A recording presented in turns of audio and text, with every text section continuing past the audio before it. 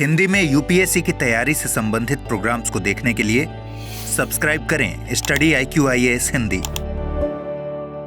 यदि मैं आपसे ये कहूं कि भारत जल्द ही सुपर पावर बनने की दौर में बहुत आगे आने वाला है, तो ये बात बहुत सावधानी से समझिएगा, इसको गंभीरता से लीजिएगा, इसको मजाक मत समझिएगा। कारण इसका ये है कि अभी हाल ही में एक रिपोर्ट पेश की गई है और इस रिपोर्ट की माने तो यहाँ पर ये बताया जा रहा है कि India surpasses Japan to get third spot in Asia power index and ample potential to become super power. इस इंडेक्स के माध्यम से ये बताया जा रहा है कि जहां एक तरफ भारत ने जापान को पीछे छोड़ते हुए इस इंडेक्स में संयुक्त राज्य अमेरिका और चीन के बाद तीसरा नंबर हासिल किया है, वहीं भारत के पास में असीम संभावनाएं हैं सुपर पावर बनने को लेकर के। आज की चर्चा में हम लोग इसी बिंदु पर थोड़ा विस्तार से बातचीत करेंगे और समझेंगे कि आखिर किन आधारों पर ये सारी बातें कही जा रही हैं, इसके पीछे का तथ्य क्या है और इसके आधार पर हम लोग भारत की वर्तमान स्थिति को भी समझेंगे और जानेंगे। आगे बढ़ने से पहले मैं आपको ये भी बता दूं कि यदि आप सिविल सेवा परीक्षा की तैयारी बहुत ही बेहतर तरीके से करना चाह रहे हैं, विस्तार से करना चाह रहे हैं, बेसिक से लेकर के एडवांस लेवल तक आप सिविल सेवा परीक्षा की तैयारी के मद्देनजर जीएस को स्ट्रांगली मजबूत करना चाहते हैं, तो आपका स्वागत है इस बैच के अंतर्गत, जिसकी शुरुआत हो रही है 27 सितंबर से। लॉन्ग टर्म बैच के अंतर्गत यदि आप कोर्स को ज्वाइन करना चाहते हैं तो दिलीप लाइव कोड का इस्तेमाल करते हुए मात्र 39,999 में इस कोर्स को परचेज कर सकते हैं। यहाँ पर बहुत इंपॉर्टेंट ये है कि इस कोर्स में आपको जीएस और एक ऑप्शनल पेपर की पढ़ाई आपको कंबाइंड वे में कराई जाएगी, यानी कि जीएस के 4 पेपर और एक ऑप्शनल पेपर जो भी आप पढ़ने को इच्छुक हैं और जो यहाँ पर हमारी फैकल्टी मेंबर्स के द्वारा ऐच्छिक विषय के तौर पर पढ़ाया जाता है, उस रिगार्डिंग यदि आप उस पार्टिकुलर ऐच्छिक विषय को ऑप्ट करते हैं तो आप मात्र 39,999 में इस कॉम्बो बैच का लाभ उठा सकते हैं और इसके माध्यम से आप अपनी तैयारी और बेहतर तरीके से कर सकते हैं। तो आपका स्वागत है इस बैच के अंतर्गत। ध्यान रखिएगा कि शाम में 6 बजे से 27 सितंबर से ये बैच शुरू हो जाएगा। चलिए हम लोग आगे बात करते हैं। सामने यहाँ पर मैंने वो डेटा मेंशन किया हुआ है। ध्यान रखिएगा दोस्तों कि ऑस्ट्रेलिया के एक इंस्टीट्यूट के माध्यम से ये डाटा मेंशन किया गया है, जिसका नाम है Loewi institute Asia power index, यानी कि लोवी इंस्टीट्यूट जो है ऑस्ट्रेलिया में, और इसी इंस्टीट्यूट के द्वारा एशिया पावर इंडेक्स 2024 में ये सारी बातें की गई हैं। बहुत ही इंपॉर्टेंट है ये समझना कि इसके लिए टोटल 8 जो मेजरमेंट्स है, जो 8 मापदंड है, उसको आधार बनाया गया है। जो पहला है वो है इकोनॉमिक कैपेबिलिटी, यानी कि आर्थिक क्षमता के स्तर पर देखा गया। दूसरा जो मिलिट्री कैपेबिलिटी है, यानी कि सैन्य क्षमता के स्तर पर देखा गया। तीसरा रेजिलियंस, यानी कि बाह्य गतिविधियों से, बाह्य रुकावटों से, बाह्य खतरों से टकराने की, उससे निपटने की कितनी क्षमता आप में है, इसके आधार पर आंका गया। चौथा फ्यूचर रिसोर्सेज के आधार पर आंका गया, यानी कि 2035 में जो आपकी आर्थिक क्षमता, रक्षा क्षमता और अन्य जो गतिविधियां, उसके अकॉर्डिंग आपकी क्या स्थिति है। 2050 में जो आपकी कार्यशील जनसंख्या का अनुमान है वो किस तरीके से देखा जा सकता है, इसके आधार पर ये चेक किया गया। देन आफ्टर इकोनॉमिक रिलेशनशिप्स, आपके आर्थिक संबंध विभिन्न देशों के साथ, विभिन्न क्षेत्रों के साथ कैसे रहे हैं, इसके आधार पर आंका गया। देन आफ्टर डिफेंस नेटवर्क्स, यानी कि रक्षा क्षेत्र में वायुसेना, थल सेना और नौसेना के आधार पर, कोस्ट गार्ड के आधार पर और अन्य ऐसी गतिविधियों में आपकी क्या स्थिति रही है और किस तरीके से आपने अपना अहम योगदान हाल के समय में किया है, इन सभी के मद्देनजर इसको चेक किया गया। देन आफ्टर डिप्लोमेटिक इन्फ्लुएंस, यानी कि जो आपकी कूटनीतिक स्थिति है वैश्विक परिप्रेक्ष्य में और द्विपक्षीय परिप्रेक्ष्य में, क्षेत्रीय परिप्रेक्ष्य में,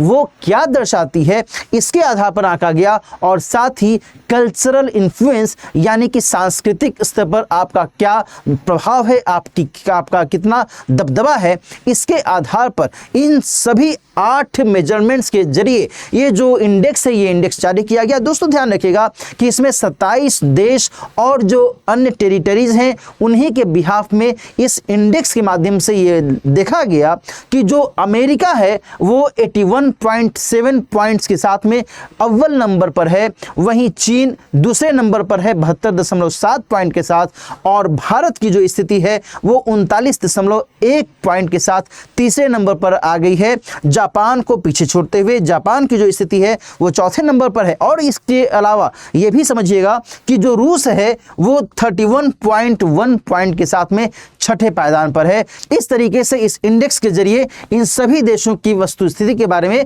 हमें पता चल रहा है। दोस्तों, यहाँ पर जो बहुत ही महत्वपूर्ण है वो ये समझना कि जो पहले की स्थिति थी, यानी कि 2023 में जो स्थिति थी और एट प्रेजेंट जो स्थिति है इस एशिया पावर इंडेक्स के अंतर्गत, इसमें तुलनात्मक तौर पर यदि देखा जाए तो क्या चित्र उभरते हैं, जहां अमेरिका की स्थिति 1 पॉइंट आगे बढ़ चुकी है, चीन की स्थिति 0.2 पॉइंट आगे बढ़ी है, भारत की स्थिति 2.8 पॉइंट आगे बढ़ी है, और इसी कारण से भारत अभी इस पावर इंडेक्स में तीसरे नंबर पर आ गया है, और ये अपने आप में बहुत बड़ी बात है। वहीं जब हम रूस की बात करते हैं तो रूस की स्थिति माइनस में चली गई है, -0.5 जो उसकी स्थिति है वो घटी है, और इस लिहाज से वह छठे पायदान पर देखा गया है। तो इन्हीं सब स्थितियों को यदि हम देखें, आकलित करें, तो इससे यह स्पष्ट होता है कि भारत कहीं न कहीं हाल के समय में अपने प्रभाव को निरंतर बढ़ाता जा रहा है, और इसमें कोई दो राय वाली बात नहीं है कि जिस तरीके से भारत ने एशिया के परिप्रेक्ष्य में अपने प्रभाव को लगातार विस्तारित किया है और ग्लोबल साउथ का अगुवा बनते हुए भारत ने अपने शांति की नीति को लगातार इनिशिएटिव वे में आगे बढ़ाया है, निश्चित तौर पर यह भारत के लिए एक सकारात्मक संदेश को इंडिकेट करता है। इसके अलावा दोस्तों, यहाँ पर एक जो महत्वपूर्ण पक्ष है, यहाँ ध्यान में रखिएगा कि जो 8 महत्वपूर्ण मेजरमेंट्स की हम लोगों ने बात की, इसमें क्या कुछ वार्षिक स्तर पर परिवर्तन देखा गया है। इसमें सबसे बड़ा जो भारत को लाभ मिल रहा है वो है फ्यूचर रिसोर्सेज के लेवल पर। समझिएगा, फ्यूचर रिसोर्सेज के बारे में मैंने आपको अभी बताया कि 2035 तक आपकी आर्थिक स्थिति कैसी रहेगी, आपकी रक्षा क्षेत्र में स्थिति कैसी रहेगी, उसके आधार पर आकलन किया गया। 2050 में आपके कार्यशील जनसंख्या की स्थिति या अनुमान कैसा हो सकता है, उसके आधार पर चेक किया गया। तो फिर इसमें जो बूम है वो यहाँ पर देखा जा रहा है। कहने का मतलब कि ये संभावनाएं जताई जा रही हैं, सकारात्मक तौर पर ये समझा जा सकता है कि आगे आने वाले वर्षों में भारत की जो ट्रैजेक्टरी है ये और ऊपर बढ़ सकती है। यहाँ पर इस बात को इंडिकेट करने की आवश्यकता है। दोस्तों, इस संदर्भ में जो 2-3 पॉइंट्स आपको और ध्यान में रखने हैं वो ये कि भारत के पास एट प्रेजेंट ग्रोथ की संभावनाएं देखी जा रही हैं, इससे इनकार नहीं किया जा सकता। भारत तीसरी सबसे बड़ी अर्थव्यवस्था के बारे में अपने दावे को अब पेश करने की कोशिश कर रहा है। साथ ही भारत में जनसंख्या की जो अधिकता हम लोग देखते हैं, जिसके बारे में यह भी कहा जाता है कि अब चीन को भी पीछे छोड़ करके भारत की जनसंख्या आगे हो गई है, ज़्यादा हो गई है। इन सब के बावजूद ये कहा जा रहा है कि ये जो जनसंख्या है ये भारत के लिए अभिशाप नहीं बल्कि वरदान साबित हो सकती है, यदि हम इस जनसंख्या का इस्तेमाल, इस जनसंख्या के माध्यम से इस मानव संसाधन को मानव पूंजी के तौर पर कन्वर्ट करके इसका अधिक से अधिक उपयोग करें। सही तरीके से, सही डायरेक्शन में यदि हम इनका इस्तेमाल करते हैं तो निश्चित तौर पर भारत की अर्थव्यवस्था के लिहाज से और वैश्विक परिप्रेक्ष्य में भारत की उपस्थिति के लिहाज से एक बहुत बड़ा कदम साबित हो सकता है। Point to be noted my friends कि चीन जैसे जो देश हैं जो कि अपने पड़ोसी हैं, चीन के बारे में हम सभी को पता है कि जहां पर भारत है वहां पर चीन भी अपनी उपस्थिति दर्शाता है।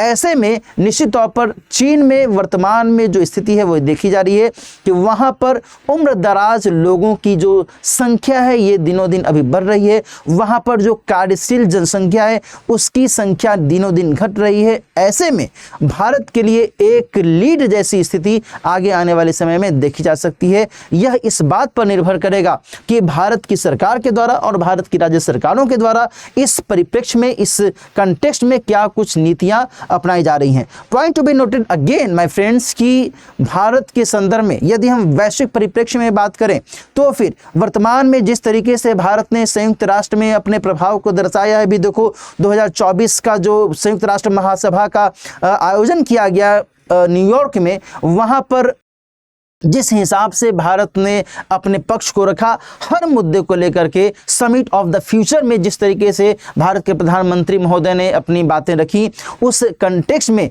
ये ध्यान रखने की आवश्यकता है कि आज भारत की पूछ हर जगह हो रही है। इसके अलावा संयुक्त राष्ट्र की सुरक्षा परिषद में स्थायी सदस्यता को लेकर के भी भारत का समर्थन कई सारे देशों ने फिर से किया है। संयुक्त राज्य अमेरिका ने भी फिर से कहा है कि हम भारत को संयुक्त राष्ट्र में स्थायी सदस्यता के लिए आमंत्रित कर रहे हैं। हम चाहते हैं कि भारत को अस्थायी सदस्यता मिल जाए, और यदि इसे अस्थायी सदस्यता मिलती है तो आप समझ सकते हैं कि P5 जो कि एक बहुत ही वर्चस्व वाले ग्रुप को दर्शाता है, उसमें भारत की भी उपस्थिति हो सकती है, और निश्चित तौर पर भारत आगे आने वाले समय में ग्लोबल साउथ के नेतृत्वकर्ता के रूप में अपनी भूमिका और अधिक बढ़ा सकता है। तो ये सारे जो डायमेंशंस हैं यहाँ पर आपको ध्यान में रखने की आवश्यकता है। जिस तरीके से विभिन्न मापदंडों के आधार पर भारत के बारे में आकलन किया गया है, वो एक सकारात्मक एटीट्यूड को दर्शाता है, सकारात्मक छवि को दर्शाता है। अब ये आगे देखने वाली बात होगी कि भारत की सरकार के द्वारा भारत की विभिन्न गतिविधियों को मद्देनजर रखते हुए इस संदर्भ में क्या कुछ और बेहतर से बेहतर कार्य किए जाते हैं। आज की चर्चा हम लोग अब यहीं पर समाप्त करते हैं। इसके अलावा मैं आपको ये भी बता दूं कि यदि आप मुझसे जुड़ना चाहते हैं तो आप मुझसे इस मेल आईडी के माध्यम से जुड़ सकते हैं। कोई भी क्वेरी, कोई भी आपसे आपका क्वेश्चन हो, आप मुझसे पूछ सकते हैं। साथ ही आप मेरे इस टेलीग्राम चैनल को भी सब्सक्राइब कर सकते हैं, इसके माध्यम से भी आप मुझसे जुड़ सकते हैं। इसके अलावा फिर से मैं आपको बता दूं कि यदि आप सिविल सेवा परीक्षा की तैयारी कर रहे हैं तो आपका स्वागत है इस लॉन्ग टर्म बैच में, जिसकी शुरुआत 27 सितंबर से शाम में 6 बजे से हो रही है। आपको इसके लिए दिलीप लाइव कोड का इस्तेमाल करना है। इसके माध्यम से आप मात्र 39,999 रुपीस में जीएस के चारों पेपर की तैयारी और साथ ही अपने ऐच्छिक विषय की तैयारी बहुत ही बेहतर तरीके से, सिलसिलेवार तरीके से कर सकते हैं। मिलते हैं फिर किसी और टॉपिक के साथ। अपना ख्याल रखिए। All the best. हिंदी में यूपीएससी की तैयारी से संबंधित प्रोग्राम्स को देखने के लिए सब्सक्राइब करें स्टडी IQ IAS हिंदी।